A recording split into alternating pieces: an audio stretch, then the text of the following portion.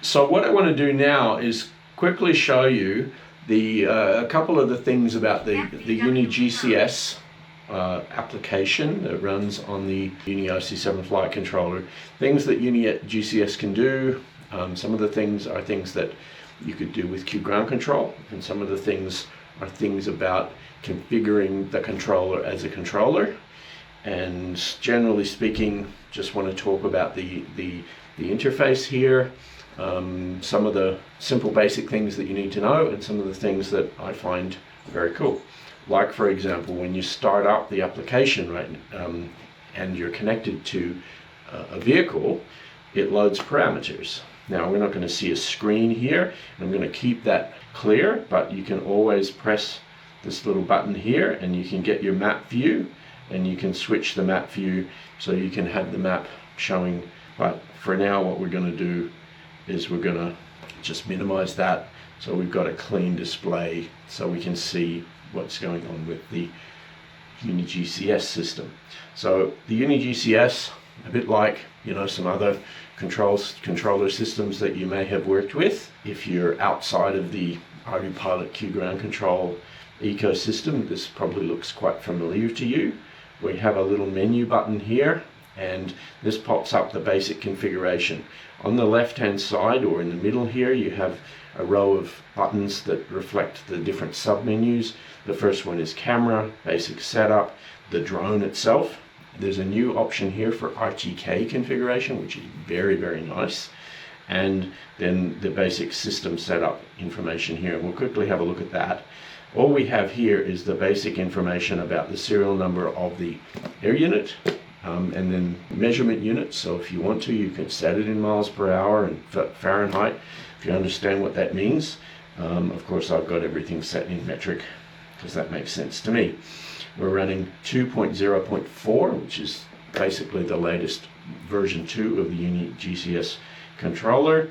And currently I'm not logged in. If you may have noticed, when I started up the system, it prompts you to log in, which gives you access to cloud storage of some of the configuration and settings if you want to. You don't have to do it, it's optional, and you can run almost everything in here without being logged in.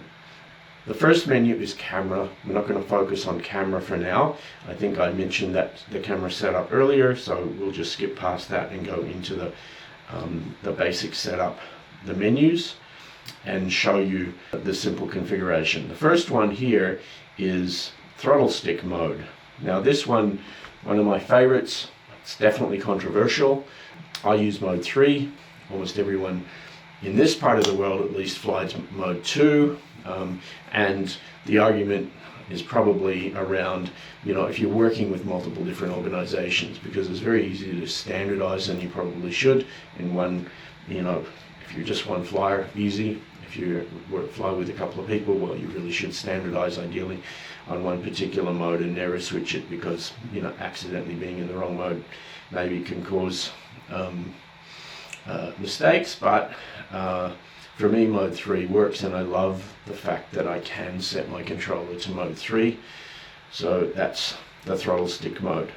IC calibration, fairly straightforward. This is for basically configuring your or calibrating your controller, something you should probably do when you first fire up the controller. And you can calibrate the joysticks, and you can calibrate the dials on here. You can actually calibrate the joystick right here like this, as in the little camera joystick, but you calibrate the joysticks for control. Simple and straightforward. Data link, we talked about that before, how the two potentially data link options, one is for configuring what's labeled UART1 on the air unit, and one for configuring what's labeled UART2 on the air unit. And what you're configuring here is, the first thing, the baud rate, is the rate at which the air unit connects to the flight controller. And the second thing is the data link mode, and that's what is coming out of here, out of the controller, to feed to whatever it is. You need one to be UDP so that UniGCS itself can get telemetry. That's where these telemetry values come from here. That's set because the data link mode is set to UDP, one or other of them, and I like to set a second one as Bluetooth so that I can easily connect my PC workstation. Channels. Now channels is wonderful, a simple way to configure all of your switches and controls and what radio channels they go out on. It's a much more simplified version if you're used to something like EdgeTX, and it reflects the fact that we expect the flight controller to do most of the work. So there's no mixing, sort of managing of outputs, there's no expo or anything like that. It would be kind of nice in some respects to be able to have a mixer so that you can mix multiple channels and do some of the advanced features like EdgeTX. So what we have here is, J1 and 2, which is basically, that's controlled by setting the mode switch that we already saw before. So that's 1, 2, 3, 4, and 4. I have channel 5 set to nothing because I'm actually using channel 5 on the flight controller to control a motor emergency stop, in other words a throttle cut. And so by doing that in combination with, I use switch A, which is set on channel 6, and it's easy to come in here and just see what your switches are working, because you can see, even though maybe it's not labeled clearly, I can come in here and just simply press the switch and I can see which switch is working.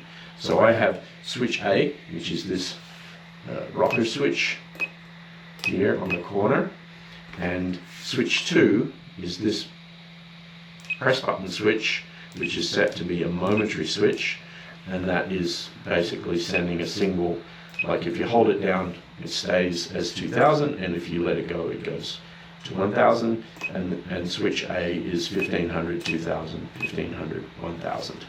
And so the flight modes are set on the system menu option, which we'll see later.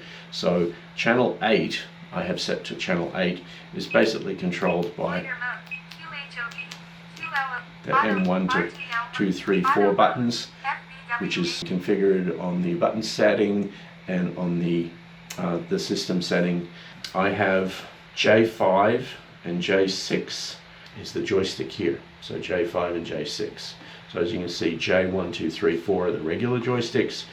J5 and J6 are this special joystick which can control the camera, and which is very nice, and all that does is goes through on two ports. Channel 9 and 10 is how I've set it up, and then channel 11 I've currently left blank, and then I have L1, L2, so left 1 and left 2, and right 1 and right 2, and right now I have L1 and L2 set to momentary switches. They basically just send a signal if you hold them and don't send a signal if you don't hold them. And then R1 is same, momentary, R2 is momentary, and R6, and then R3 is not set, and I have channel 16 sending RSSI to the flight controller. So that's your channels.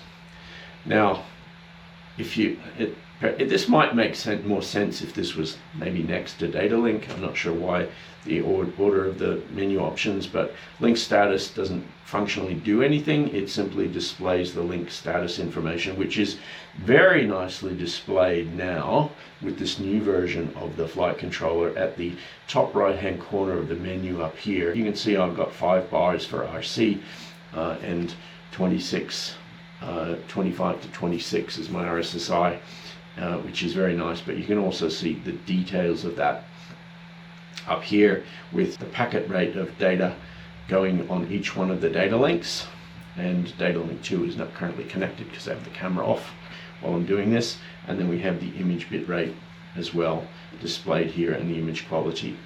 Buttons and dials. Now this reflects configuration of how the buttons actually work, right? So each button can be configured as a lock button, a reset button, or a 3-position button. So if I have a look at S4, for example, so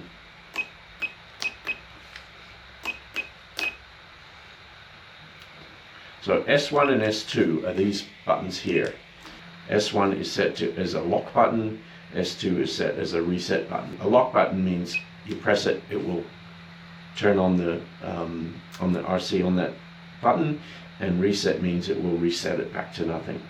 So I've got almost all my buttons set to reset except for R3, which is set to lock, and M3, M1 and M2 are set to flight control mode. And the dials are set to centering, and the other option is thumb slide. So let's see what thumb slide does, and the way we can do that is go into our channels, and let's pick one that we're not using. So we'll put this on channel 11, and if we go to, I think it was LD, wasn't it? Yeah, so with LD now set as thumb slide, you hold it and it moves, and if you let go it stops moving. So you can adjust it, right? Whereas if I use LRD, that will move as I move the switch, but if I let go it goes back to the center, right? So that's set to centering. Whereas LD is thumb slide, and that will move as I hold it, it will move, and then I let go, it stays where it is. So there's quite a number of options for, and I'm going to just remove that. I don't want to accidentally have channel 11 doing anything unless I specifically want it doing something.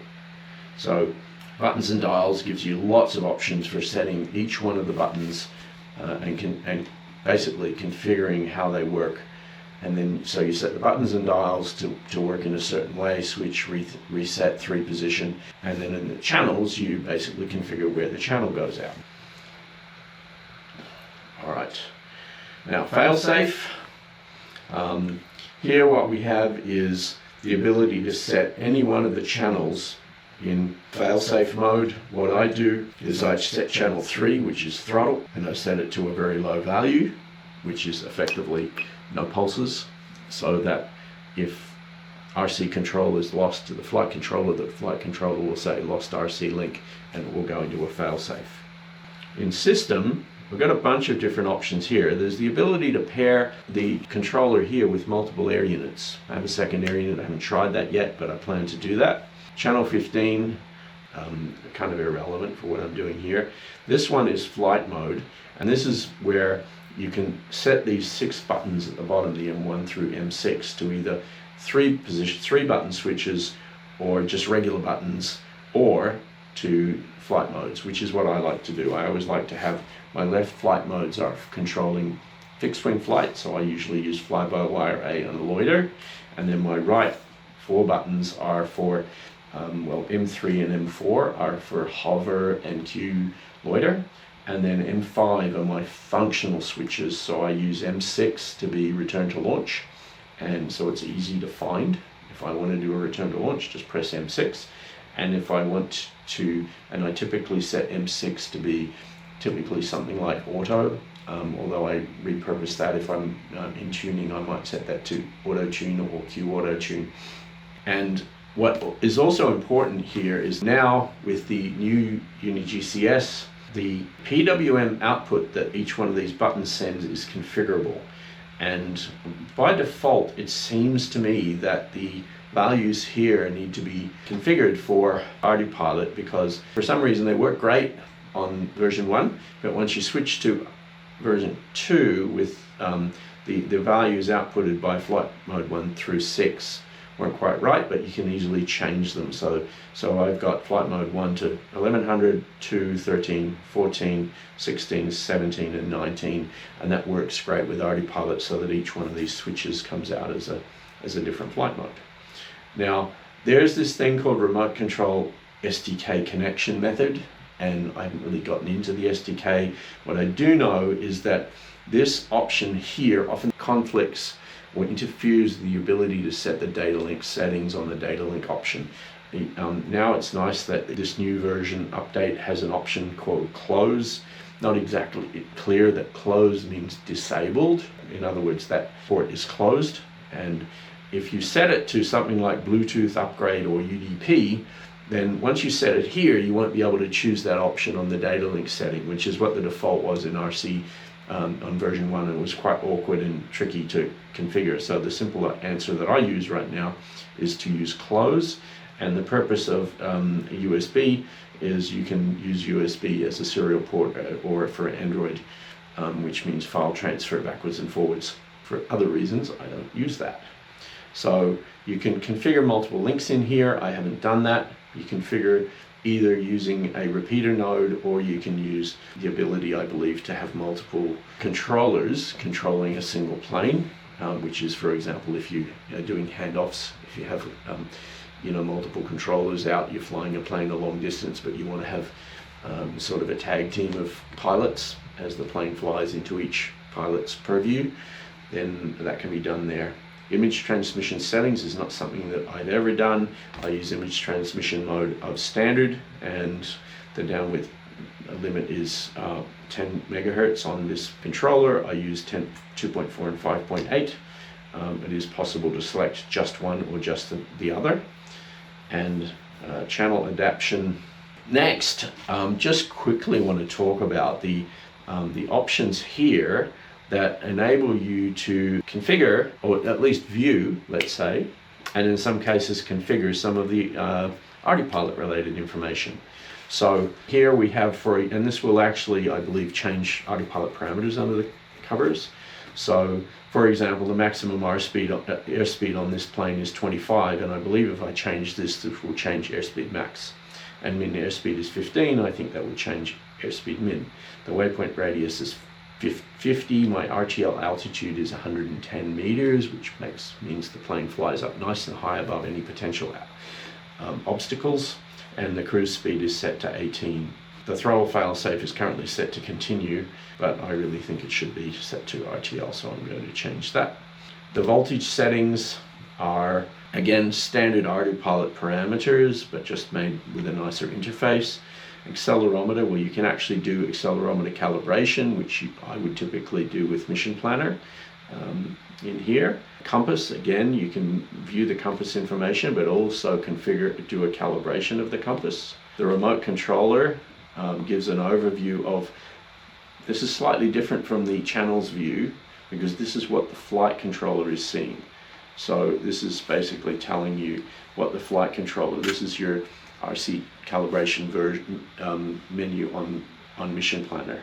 Now, the parameter table is actually quite nice, because it gives a full view of RTPilot parameters with a search capability, and it also has, they built in a lot of features here. There's a proper user interface. So for something like acro locking, which I'm not actually going to use here, currently set to 0, displays the full text of the parameter description, and then if you want to set it, it will actually give the correct options. So it's either enabled, disabled, or quaternion. So for example, if I wanted to see the queue options, so queue options is 141800. What does that mean? Well, if I pop this up, I can actually see that it's got all of the different parameter values with a check mark against the ones that are set. So I can see that arm only in VTOL modes is set, forces mode forces RTL, VTOL takeoff, and enable land reposition by the pilot is also checked. And so it's got a proper UI for editing the options based on the parameter configuration in RTPilot, which is honestly really quite nice. I wonder how that would work if I have the arming options. Have a look at the arming options, arming check, and RMP airspeed. So this is one where I have a Lua script that does arming checks. For each arming check in the Lua script, you can actually set the warning or error level of each particular parameter. So here we have RMP airspeed. It validates that airspeed stall is less than the airspeed min, which is less than the airspeed cruise, which is less than the airspeed max. And that's at level 3, which is a pre-arm error. And so it will actually fail to arm if the stall airspeed is set and it's not set lower than the airspeed min, etc. That is pulling those scripted parameters up and displaying the correct values and giving you options as to what you want to do with those. So this one is notify the user that on failsafe pod plane will QRTL or will QRTL, and it's 3 or less to prevent arming.